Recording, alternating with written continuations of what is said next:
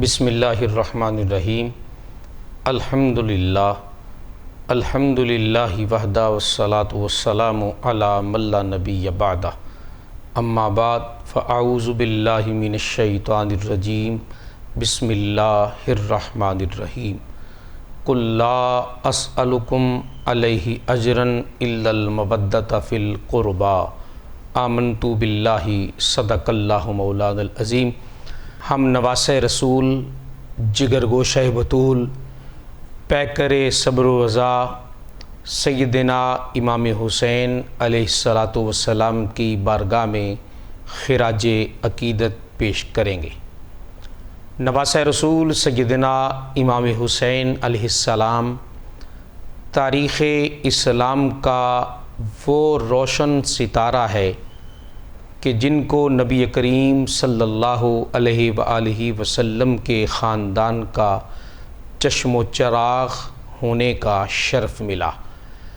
سیدنا امام حسین علیہ السلام نبی کریم علیہ السلام کی لاڈلی صاحبزادی سیدہ طیبہ طاہرہ عابدہ زاہدہ راکعہ ساجدہ عالمہ فاضلہ سیدہ فاطمہ الزہراء سلام اللہ علیہا کے صاحبزادے ہیں۔ مولا علی شیر خدا کرم اللہ وجہ الکریم کے نور نظر اور لخت جگر ہیں، اور سیدنا امام حسن مجتبیٰ علیہ السلام کے بائی ہونے کا آپ کو شرف ملا۔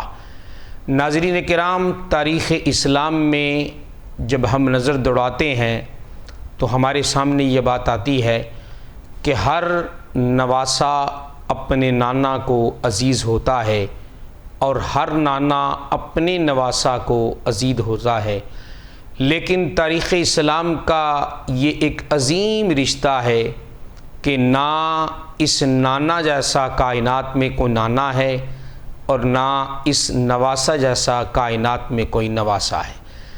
سیدنا امام حسین علیہ السلام کی ذات وہ عظیم ذات ہے، اور آپ کا خاندان وہ عظیم خاندان ہے کہ جن کے بارے میں قرآن کریم فرقان حمید کی متعدد آیات نازل ہوئیں۔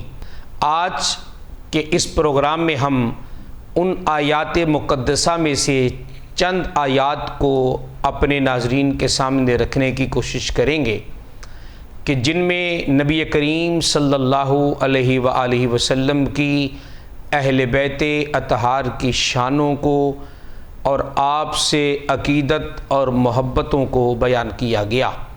خالق کائنات ارشاد فرماتا ہے قل لا اسألکم علیہ اجرا الا المودۃ فی القربى۔ ناظرین کرام، جب ہم قرآن کریم فرقان حمید کی اس آیت مقدسہ پہ غور کرتے ہیں تو ہمارے سامنے یہ بات آتی ہے کہ خالق کائنات نے اہل بیت رسول کی مودت کو ہر مسلمان پر لازم اور ضروری قرار دیا۔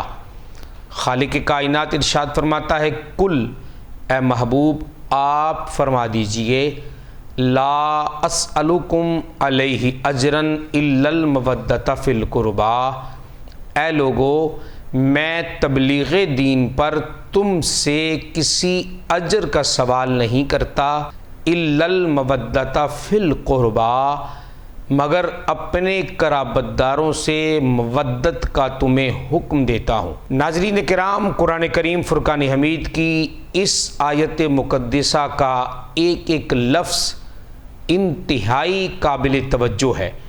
خالق کائنات نے جب اس آیت کا آغاز کرنا چاہا تو اللہ نے ارشاد فرمایا قل، اے محبوب آپ فرما دیجئے۔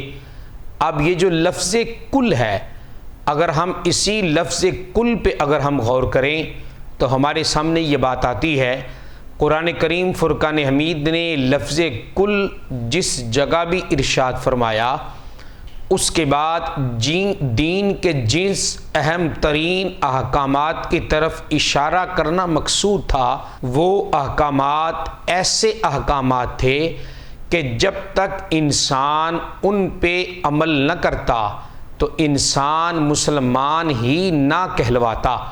مثلا خالق کائنات نے جب اپنی توحید کا اعلان کروانا چاہا تو اللہ رب العالمین نے ارشاد فرمایا قل هو اللہ احد، اے محبوب آپ فرما دیجئے کہ وہ اللہ ایک ہے۔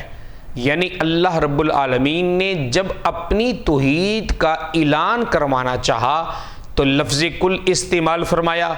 بالکل اسی طرح قرآن کریم فرقان حمید کی دوسری آیت مقدسہ کہ خالق کائنات نے جب نبی کریم علیہ الصلاۃ والسلام کی محبت کا اور آپ کی اطاعت اور اتباع کا اعلان کروانا چاہا تو رب کائنات نے ارشاد فرمایا قل ان کنتم تحبون اللہ فاتبعونی یحببکم اللہ، اے محبوب آپ فرما دیجئے اے لوگو اگر تم اللہ سے محبت کا دعویٰ کرتے ہو تو فاتبعونی پہلے میری اتباع کرو، یعنی نبی کریم علیہ الصلاۃ والسلام کی پہلے اتباع کرو، یحببکم اللہ پھر اللہ بھی تم سے محبت فرمائے گا، وَيَغْفِرْ لَكُمْ ذُنُوبَكُمْ اور اللہ تمہارے گناہوں کو بھی معاف فرمائے گا۔